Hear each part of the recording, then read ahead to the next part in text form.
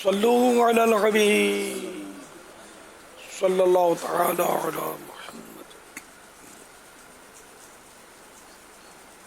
मीर अहले सुन्नत आपकी बारगाह में सवाल है कि इस वीडियो में देखा जा सकता है कि एक ऊंट पर एक बंदा कैंची से डिज़ाइन बना रहा है, तो क्या ऐसा करना जायज़ है या नाजायज़ है?